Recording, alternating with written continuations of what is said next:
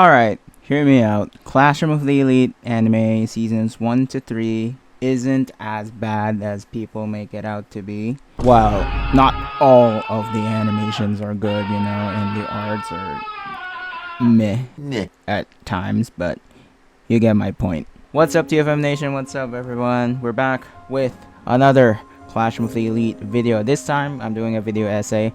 I've already tackled about the anime itself already after season 3. If you guys still want to check that out, go check it out. Anyway, today we're tackling one of the most polarizing series out there, Classroom of the Elite, seasons 1 through 3. If you're a light novel reader like me, you know the drill. The anime gets slammed for cutting content, rushing plots, and sometimes feeling like a highlight reel of the books.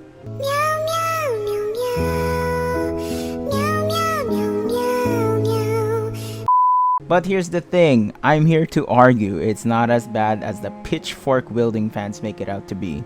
Sure, it's got flaws, but it also nails some stuff that makes it a solid watch. We'll break it down season by season, talk about the good, the bad, and why those cuts might not be the end of the world. Sit down, grab some popcorn, and enjoy. This is gonna be a wild ride.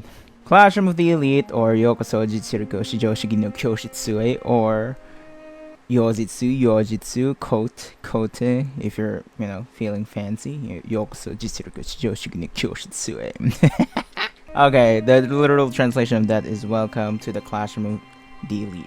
Classroom of the Elite kicked off as a light novel series written by Shogo Kinugasa sensei with illustrations by Shunsaku Tomose sensei, the GOATs. It started publishing in 2015 under Media Factory's MF Bunkuj imprint, and by now it's got over 10 million copies in circulation. Talk about a hit, am I right? The story follows Kiyotaka Ayanokouji, a seemingly average dude thrown into the elite Kodo Ikuse Senior High School.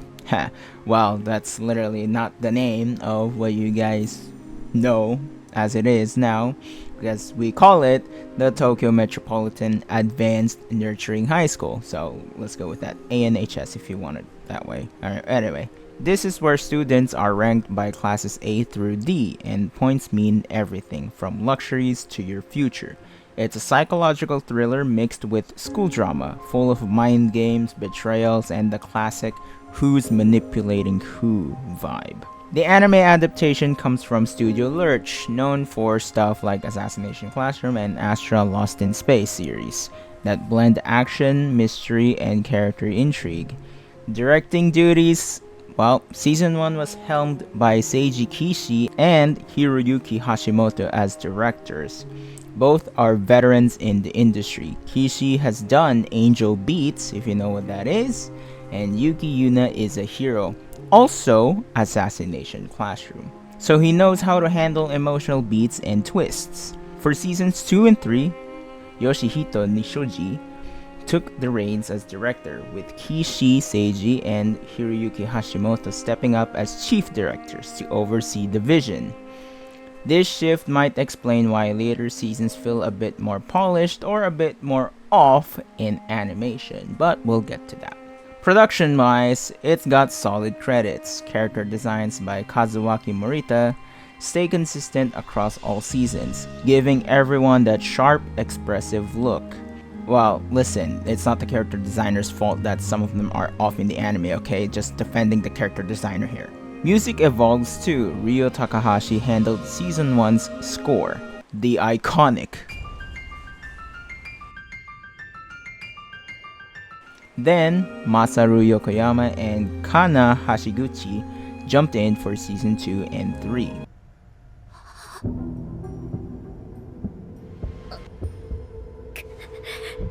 Adding more tension to those scheming moments. Openings by Zack slap every time, like Cast Room for season 1 or Minor Piece for season 3. They capture that edgy, strategic feel perfectly. Now, as a light novel reader, I get the frustrations. I get it, I do, I really do. I'm a novel reader myself, okay? The novels are dense with inner monologues, subtle character developments, and world building that the anime trims down. Fans often point out how the anime skips key scenes like detailed team formations or extended dialogue. But let's be real. Anime adaptations have to fit sprawling books into 12 to 13 episodes. Lerche's direction focuses on visuals and pacing to hook casual viewers, even if it means sacrificing some depth. It's a trade-off, not a travesty. Okay, on to season 1.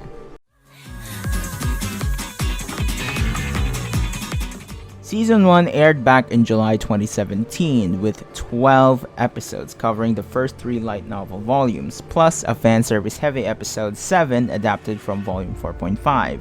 Let's go over the positives, or the good ones first. The world building is spot on. The point system, genius. It turns high school into a cutthroat economy. And the anime nails the tension. Every test, every scheme feels high stakes. Ayanokouji's voice acting by Shoya Chiba is chef's kiss. He sells the stoic genius without overdoing it. 綾小路清隆です。And the animation?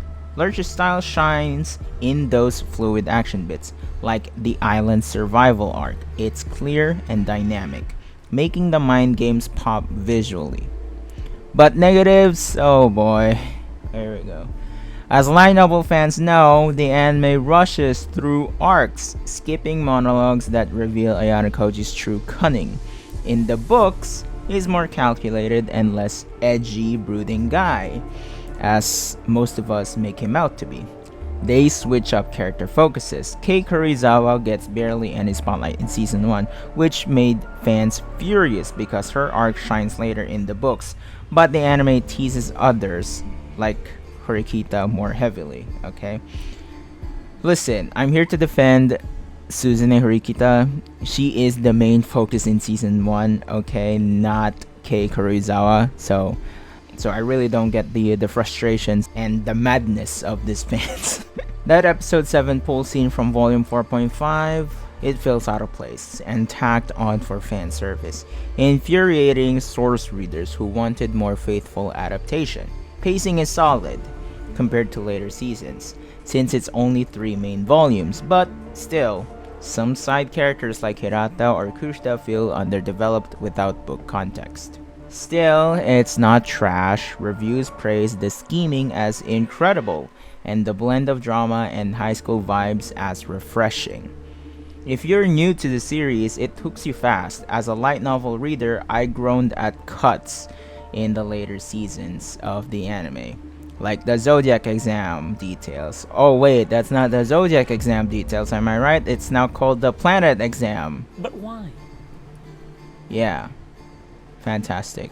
Well, there's a reason to that. Because in the light novel, there are 40 students in each classroom. There are 40 students each. In the anime, it was established that there's only 25 students in each classroom. So that's what made fans curious about the later seasons as well, because some of the exams need a particular number. But the anime decided to embrace that change, and that change still doesn't affect the source material. I still appreciated how directors Kishi and Hashimoto kept the core twists intact.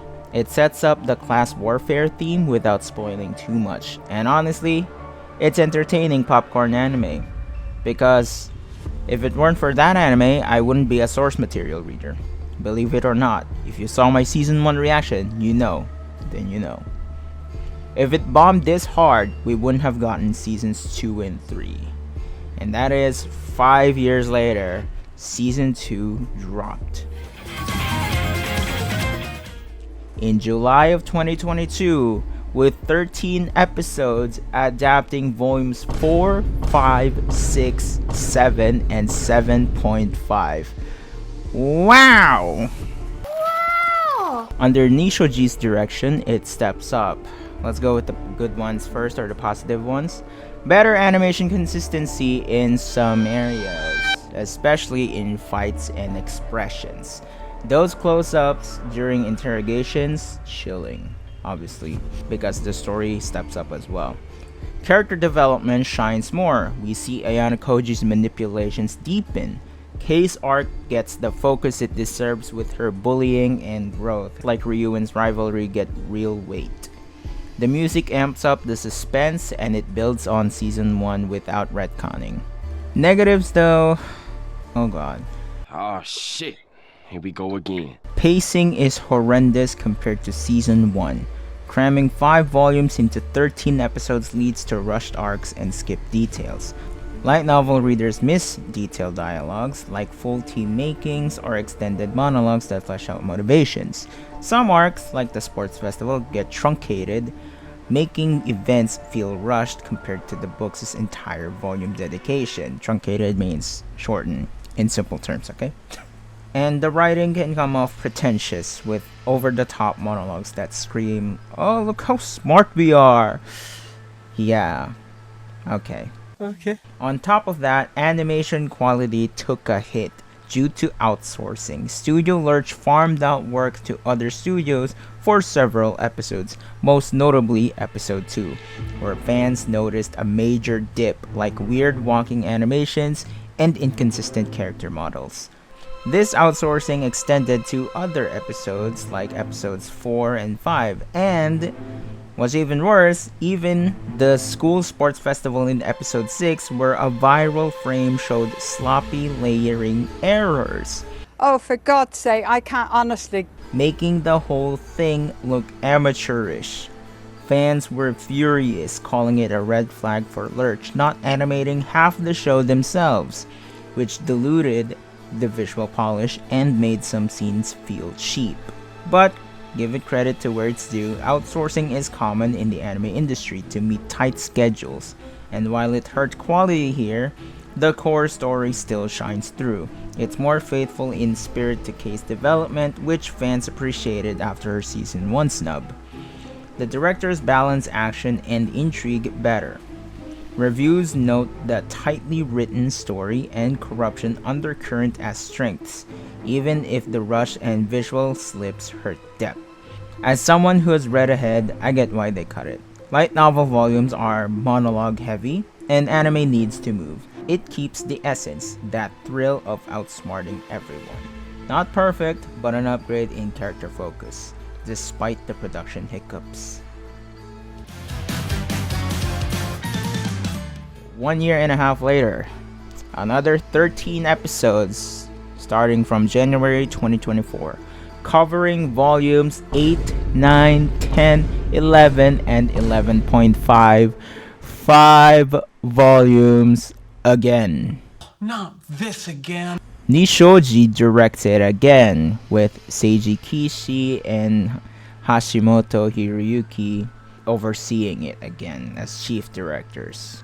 And this season shows maturity. Let's take a look at the positives first. It has some of the best or peak animations by Studio Lerche. Lerche flexes with detailed backgrounds and fluid movements in the camp arc compared to season 2's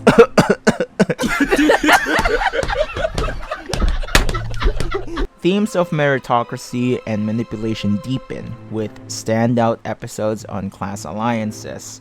Voice acting elevates, Ayanokouji's deadpan delivery hides layers, and new characters like Nagumo add fresh tension.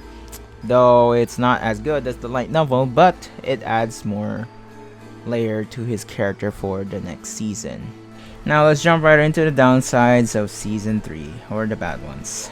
Pacing issues persist, even worse with 5 volumes crammed in again, leading to rushed feels and plot holes complaints. Skips like the full T-Rex scene or extended strategies irk light novel fans. T-Rex scene is not really that important, but whatever. Some characters feel one note without book context, and the ending teases year 2 without full payoff. Adding to the woes, outsourcing reared its head again. While not as widespread as season 2, some episodes, potentially including adaptations of volume 11.5 and volume 9. And the same goes for volume 10, the infamous Tsukishiro scene. What the fuck is this? These were handed off to external studios, resulting in inconsistent quality and weaker visuals in spots. Fans worried this would repeat Season 2's dips, and indeed, it led to complaints about boring directing and weak animation outside the eyes and hair details. It's a shame, because outsourcing is standard to handle workload, but here it made parts look terrible, amplifying the adaptation's flaws. Yet, it's the strongest season visually overall, with stunning moments that redeem it. Reviews highlight clear animation and unique designs. The director's choice to focus on visuals over verbatim adaptation makes it accessible. As a light novel reader myself, I miss the depth, but I understand. Anime is a visual storytelling, not an audiobook, and while outsourcing hurt, the series still delivers on intrigue. Overall, Classroom of the Elite isn't flawless, adaptations cut for time, and Lerche's direction prioritizes hooks over fidelity, leading to rushed pacing, especially in seasons 2 and 3, compounded by outsourcing that tanked animation quality in key episodes. But it's not horrible. The scheming is engaging, world immersive, and it sparks curiosity for the light novels. Directors like Kishi bring emotional punch while Nishoji refines it. Positives outweighs negatives if you view it as a gateway, not as a replacement. Fans rage because they love the source but give the anime credit. It popularized the series, leading to more seasons, in which season 4 has already been announced, and obviously look forward to November's more information for Classroom of the Elite Season 4 or Year 2 anime of Classroom of the Elite. November 16, lock it in, boys and girls, and let's see what Studio Lerche cooked. If you're an anime only, it's a fun psychological ride. Light novel readers, rewatch with fresh eyes. Those cuts streamlined for TV. Either way, it's worth it. What do you think? Let me know down in the comments. I'll see you guys next time. If you enjoyed this video, drop a like, please. It helps me, it helps the channel. Subscribe, turn your post notice on. And yeah, I'll be doing the Gridman Dynazenon series next, I think, because I really thoroughly enjoyed that series, and I want to especially mention that series on my channel and create a video essay about it by appreciating and loving fiction. So yeah, I'll see you next time. Hopefully that video essay will come up next time, but hopefully Classroom of the Elite fans, light novel or anime fans in general, hopefully you'll enjoy this series as it is, as an anime or as a light novel. If you love the anime, enjoy the anime. If you love the light novel, don't hate the anime for what it is. Just enjoy the light novel as well. We can still have a discussion about the cuts, but there's no need for us to rage over these details of the cuts, because we have to understand the entertainment industry as well. So yeah. Anyway, I'll see you guys next time. Thank you guys so much for watching. Peace out.